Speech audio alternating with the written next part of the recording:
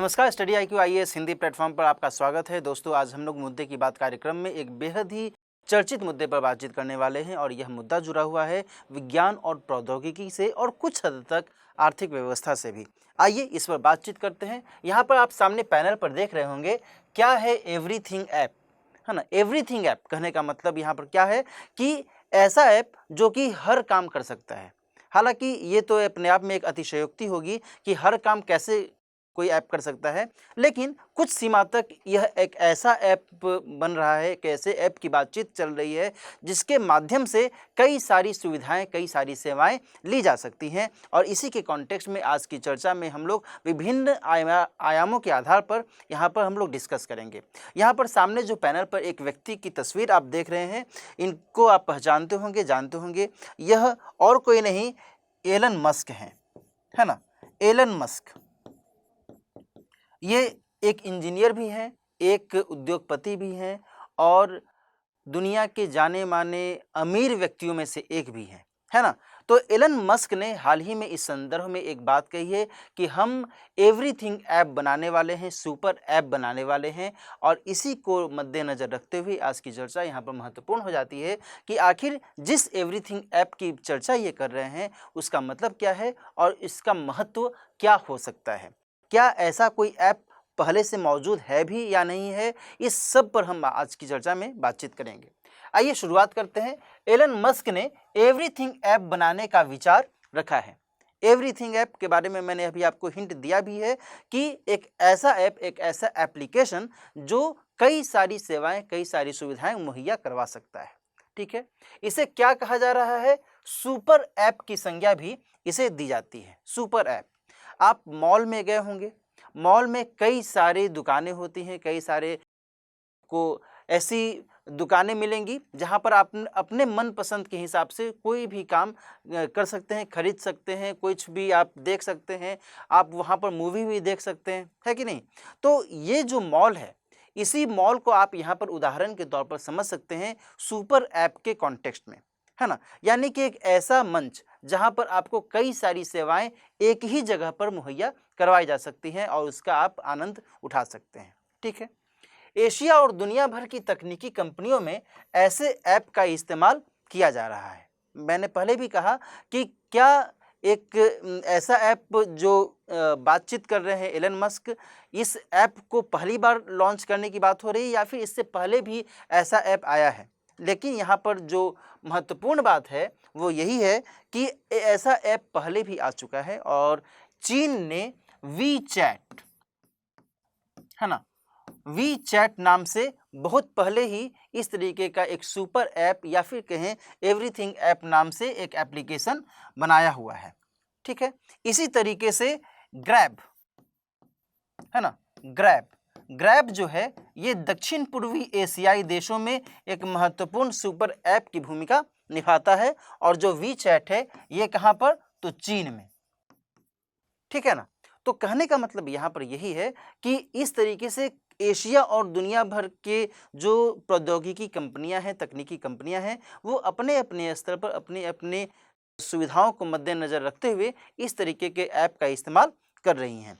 यहाँ पर मैं आपको ये भी बता दूं कि इसका बहुआयामी उपयोग किया जा सकता है। बहुआयामी उपयोग कहने का मतलब ये कि आप इसके माध्यम से टिकट की बुकिंग भी कर सकते हैं, आप इसके माध्यम से शॉपिंग भी कर सकते हैं, है ना। ई शॉपिंग का प्रचलन आज के समय में बहुत ज़्यादा हो गया है और इस लिहाज से यह ऐप आपके लिए मददगार साबित हो सकता है। इसके माध्यम से आप ऑनलाइन भुगतान कर सकते हैं, ऑनलाइन पेमेंट किया जा सकता है ना। ऑनलाइन पेमेंट या ऑनलाइन भुगतान आप इसे कह सकते हैं, है कि नहीं। तो ये सभी जो सुविधाएं हैं, ये सभी सुविधाएं इस तरीके के ऐप से प्राप्त की जा सकती हैं और इसी के कॉन्टेक्स्ट में इसे जो है महत्वपूर्ण तौर पर देखा जा रहा है। आगे बात करते हैं। ट्विटर में कुछ और टूल और सेवाएं जोड़ने की योजना है किसकी? एलन मस्क की। अब यहाँ पर महत्वपूर्ण बात यह है कि यहाँ पर ट्विटर की चर्चा क्यों हो रही है ना। दरअसल हाल ही में एलन मस्क ने ये कहा है कि हम ट्विटर को खरीदने वाले हैं और लगभग $44 बिलियन में वे इस social media website, social media का जो ये प्लेटफॉर्म है, इसको ये खरीद लेंगे। $44 बिलियन, है ना। तो 44 बिलियन डॉलर में जब इस प्लेटफॉर्म को ये खरीद लेंगे, तो फिर इसके माध्यम से वे चाहेंगे कि इसमें और अधिक जो सर्विसेज हैं और ऐड ऑन की जाएं, और अधिक टूल्स इसमें ऐड ऑन की जाएं, और ट्विटर का ये इस्तेमाल सुपर ऐप के रूप में किया जा सके। लेकिन ये सारी कार्रवाई करने में, ये इन सारी प्रक्रियाओं को अंजाम देने में उनके मुताबिक लगता है कि 3 से 5 वर्ष का समय लग सकता है। ये एलन मस्क का एक अनुमान है। ठीक है, यहाँ तक बात समझ में आ गई। अच्छा, यहाँ पर उनका यही मकसद है कि एक ही साथ उत्पाद और सेवाएं दोनों हम उपलब्ध कराने की कोशिश करेंगे। ठीक है, कुछ अन्य सोशल मीडिया प्लेटफॉर्म भी सुपर ऐप बनाने की ओर अग्रसर हैं। ऐसा नहीं है कि वर्तमान में जो चीन में वी चैट की बात हमने की, या फिर दक्षिण पूर्वी एशियाई देशों में मैंने ग्रैब की बात की, तो उसी तरीके से यहाँ पर तो हम ट्विटर की बात कर रहे हैं, जो कि एलन मस्क के इस पर विचार कर रहे हैं। लेकिन इनके अलावा भी जो फेसबुक है ना, फेसबुक, इंस्टाग्राम, इन सभी के माध्यम से इस तरीके से सुपर ऐप डेवलप करने की कोशिश की जा रही है। यहाँ पर दोस्तों एक और महत्वपूर्ण बिंदु है, आपको यहाँ पर समझने की ज़रूरत है कि ये सभी जो गतिविधियाँ हैं, ये सभी गतिविधियाँ केवल वैश्विक परिप्रेक्ष्य में ही नहीं देखनी है, बल्कि भारत के परिप्रेक्ष्य में भी हमें इन चीज़ों को समझने की ज़रूरत है ना।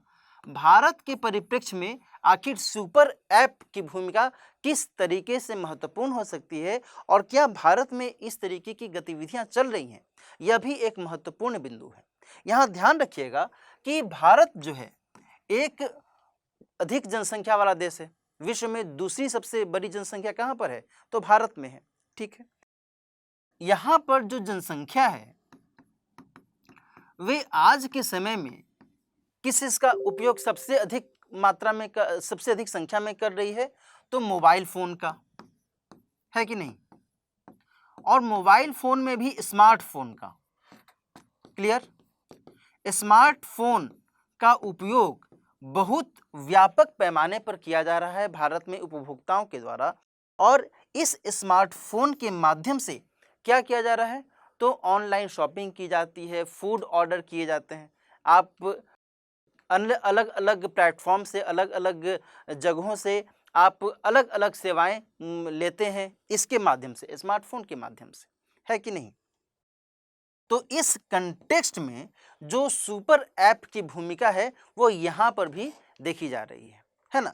यहाँ पर जो टाटा ग्रुप है ना, टाटा ग्रुप ने टाटा न्यू नाम से एक सुपर ऐप डेवलप भी किया है। क्लियर, यहाँ ध्यान रखिएगा, टाटा न्यू ने सुपर ऐप नाम से एक ऐप डेवलप भी किया है, और यह कई सारे काम, कई सारे जो सर्विसेज हैं वो एक ही जगह पर मुहैया करवा सकता है। इसी तरीके से एक और मैं आपको उदाहरण दूं कि फोन पे, है ना, फोन पे का इस्तेमाल आप करते ही होंगे। ठीक है, फोन पे के माध्यम से आप स्विगी से खाना मंगवाते हैं, ठीक है ना, आप बुक माई शो पे जाकर करके और मूवी की बुकिंग करते हैं, है ना। तो ये सारी जो व्यवस्थाएं हैं, ये सारी जो गतिविधियां हैं वो एक ही जगह से संपन्न हो रही हैं।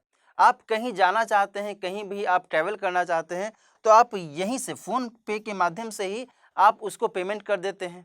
ठीक है, आप किसी को पैसा देना चाह रहे हैं, किसी भी अपने दोस्त साथी को पैसा देना चाह रहे हैं, उसके अकाउंट में पैसा जमा करना चाह रहे हैं, तो इसी के माध्यम से आप उसे पैसा दे देते हैं। तो ये सारी जो गतिविधियां हैं, ये सारी गतिविधियां एक ही सिस्टम से संपन्न की जा रही हैं। क्लियर, तो ये सभी जो व्यवस्थाएं हैं, इन सभी व्यवस्थाएं यहाँ पर दर्शा रही हैं कि भारत के विशेष संदर्भ में भी यहाँ पर सुपर ऐप को एक बहुत बड़े पैमाने पर इस्तेमाल करते हुए देखा जा रहा है। लेकिन अब यहाँ पर एक महत्वपूर्ण बात यह है कि इसका उपयोग सकारात्मक स्तर पर भी हो रहा है, और इसके कुछ नकारात्मक संकेत भी देखे जा सकते हैं। सकारात्मक स्तर पर तो ये उपयोग देखा जा सकता है कि भाई मल्टी डायमेंशनल इसका यूज़ किया जा सकता है। क्लियर। साथ ही यहाँ पर एक ही मिनट में, एक ही क्षण में आप कई सारी सेवाओं का उपयोग कर ले सकते हैं, ठीक है। इसके साथ साथ जो भी सर्विस प्रोवाइडर्स हैं, जो भी सेवा प्रदाता कंपनियां हैं, उनको जो भी ग्राहक हैं, उनके जो भी आंकड़े हैं, उनको प्राप्त करने में आसानी हो सकती है और उन आंकड़ों के माध्यम से जो ग्राहक है, ग्राहकों का जो व्यवहार है, उसको समझने में उन्हें मदद मिल सकती है कि कौन सा ग्राहक किस चीज़ को पसंद करता है ना, और उसके हिसाब से फिर से वह उसे इंटरेक्ट कर सकता है, उसको अट्रैक्ट कर सकता है कि आप भविष्य में भी ये सामान खरीद सकते हैं। फिर से मैं आपको यहाँ पर एक छोटा सा उदाहरण देना चाहूँगा कि मान लो कि आप स्विगी से कोई खाने का सामान, आप कोई खाने की वस्तु आप ऑर्डर देते हैं, ठीक है। एक बार तो आपने ऑर्डर दिया, आपने मंगवा लिया, तो भविष्य में आने वाले समय में भी आपको एक तरीके से वो हिंट देता रहेगा कि आप आने वाले समय में भी ये खाने की वस्तु मंगवा सकते हैं और इसके अलावा भी कुछ और वस्तु आप मंगवा सकते हैं, ठीक है। उसमें आपको ऑफ़र का लालच दिया जाएगा, उसमें और भी आपको कुछ ऑफ़र इस तरीके से दिए जाएंगे ताकि आप उसके प्रति अट्रैक्ट हो सकें, है कि नहीं। तो ये सभी जो जानकारियाँ हैं, ये सभी जानकारियाँ कैसे पता चलती हैं, तो कस्टमर के व्यवहार से, कस्टमर के बिहेवियर से उनको एक डाटा मिलता है और उस डाटा के बिहाफ में वे आगे काम करते हैं। इसके लिए पूरा का पूरा एक सिस्टम काम करता है, क्लियर। लेकिन दूसरा जो इसका एक नकारात्मक पक्ष है, नकारात्मक पक्ष ये है कि इससे निजता के हनन की भी गुंजाइश बनती है ना, निजता का हनन, ठीक है।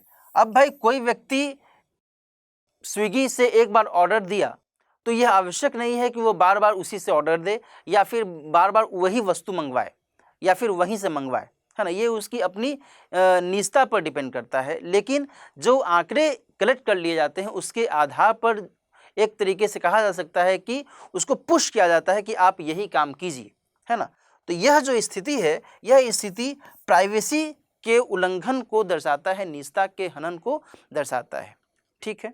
तो ये एक चिंता वाली बात यहाँ पर निकल कर सामने आती है कि यदि यह जो कार्रवाई है, यह कार्रवाई होगी तो फिर सुपर ऐप को यदि बहुत अधिक तवज्जो दिया जाएगा, बहुत अधिक उसे वरीयता दी जाएगी, तो ऐसी स्थितियाँ देखी जा सकती हैं, है ना।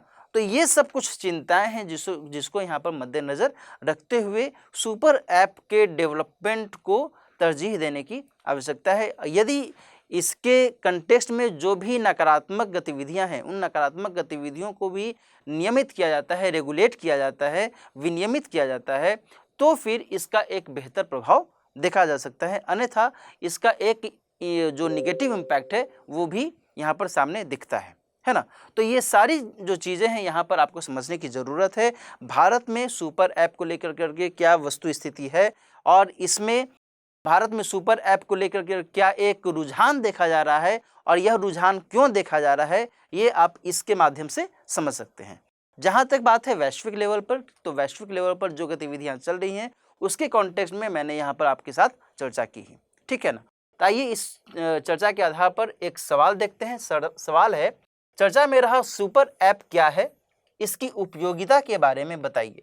बहुत सीधा सा सवाल है कि सुपर ऐप का मतलब क्या होता है, ये आपको समझाना होगा। इसकी उपयोगिता क्या है, इसके बारे में आपको बताना होगा। वैश्विक परिप्रेक्ष्य में कहाँ कहाँ पर किस किस नाम से इस तरीके से सुपर ऐप का इस्तेमाल किया जा रहा है और साथ ही भारत के विशेष परिप्रेक्ष्य में सुपर ऐप की भूमिका किस सीमा तक सही है और इससे संबंधित क्या कुछ चुनौतियां हैं, ये भी आपको यहाँ पर समझाने की आवश्यकता है। तो इस तरीके से आप इस पर एक अच्छा सा उत्तर लिख सकते हैं। आज के मुद्दे की बात कार्यक्रम में इतना ही। मिलते हैं किसी और मुद्दे की बात कार्यक्रम में किसी और महत्वपूर्ण मुद्दे के साथ। तब तक अपना ख्याल रखिए। All the best.